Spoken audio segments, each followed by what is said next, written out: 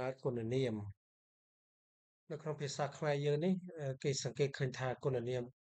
ខ្លះកើតចេញពីនាមគុណនាមសុទ្ធហើយនិងកិរិយាសព្ទឥឡូវយើងទៅមើលតារាងអឺបងប្អូនគ្នាដើម្បីឲ្យកាន់តែច្បាស់ថាភាសាខ្មែរយើងនេះកាលណានិយាយពីគុណនាមវាកើតចេញអំពីអឺនាមនាមនាមគុណនាមហើយនិងកិរិយាសព្ទឧទាហរណ៍យើងមើលចំណុចទី1គឺនាមប្រើជាគុណនាមដោយពាក្យថាស៊ុបទ្រុបស៊ុបទ្រុបគេចាត់ទុកថាជានាមនាមសព្ទបងប្អូនលោកគ្រូអ្នកសិក្សាយើងទាំងអស់គ្នាសង្កេតទៅឃើញគឺគេចាត់ទុកថាជានាមសព្ទតែដែលមុខងារប្រើនោះគេប្រើចាត់ទុកថាជាគុណនាមឧទាហរណ៍ឈើស៊ុបទ្រុបអញ្ចឹងពាក្យឈើទីនេះគឺជាជានាមសព្ទរីឯស៊ុបទ្រុបគឺជាគុណនាមអញ្ចឹងបងប្អូនអ្នកសិក្សាយើងដឹងហើយថានាមគុណនាមគឺជាពាក្យបញ្ជាក់លក្ខណៈឲ្យនាមនេះអញ្ចឹងណាដំណាហាន់ដំណាអញ្ចឹងភាសាអក្សរតទេប៉ុន្តែយើងអានដសំឡេងដដំណារឿងដំណាជាងរឿងគឺជានាមសព្ទរីឯ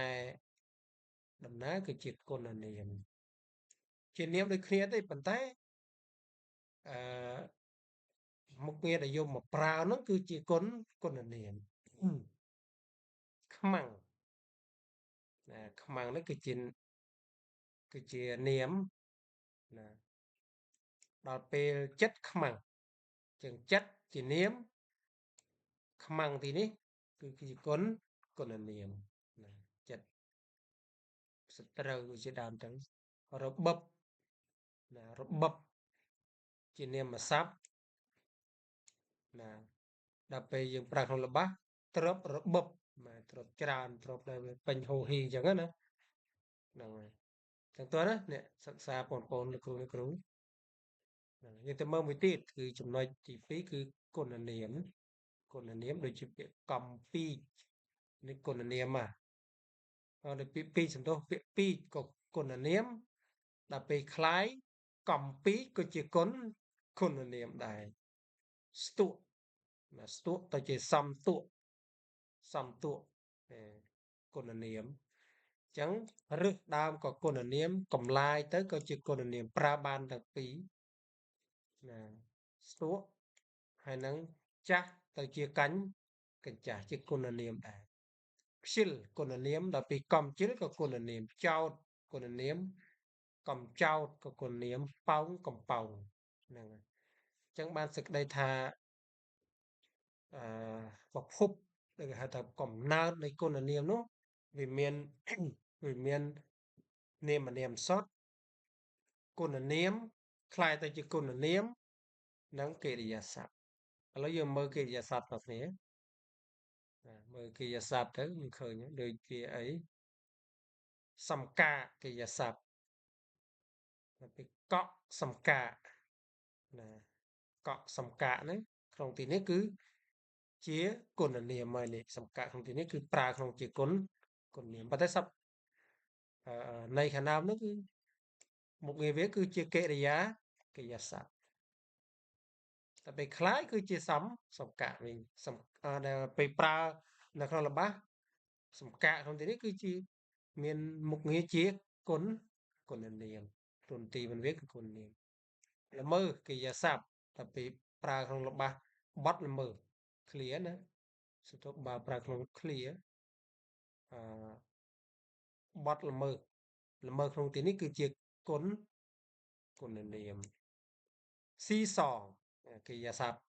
តែពេលលបែងស៊ីសងអានេះគុណនាមជាលក្ខណៈឲ្យលបែង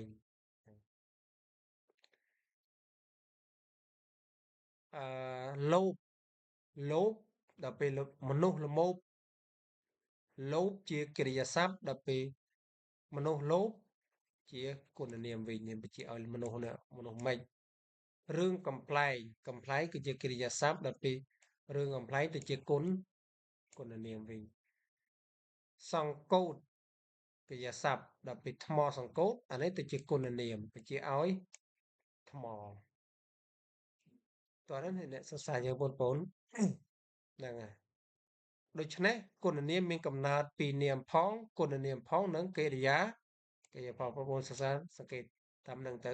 ហើយមានពាក្យដតីទៀតយើងអាចអឺសិក្សាបានក៏លើកក្នុងឯកសារឬក៏សភៅហ្នឹងដើម្បីបង្ហាញដល់បងប្អូនថាកំណើតរបស់គុណនាមហ្នឹងគឺវាមានប្រភពចេញអំពីនាមផងគុណនាមផងហើយនិងកិរិយាសព្ទផងហ្នឹងហើយសូមអរគុណសម្រាប់បងប្អូនដែលបានលោកគ្រូអ្នកគ្រូដែលបានទស្សនាវីដេអូហ្នឹងហើយចុងក្រោយសូមជួយចុច like subscribe ផងដើម្បីទទួលបានវីដេអូថ្មីបន្ថែមទៀតសូមអរគុណ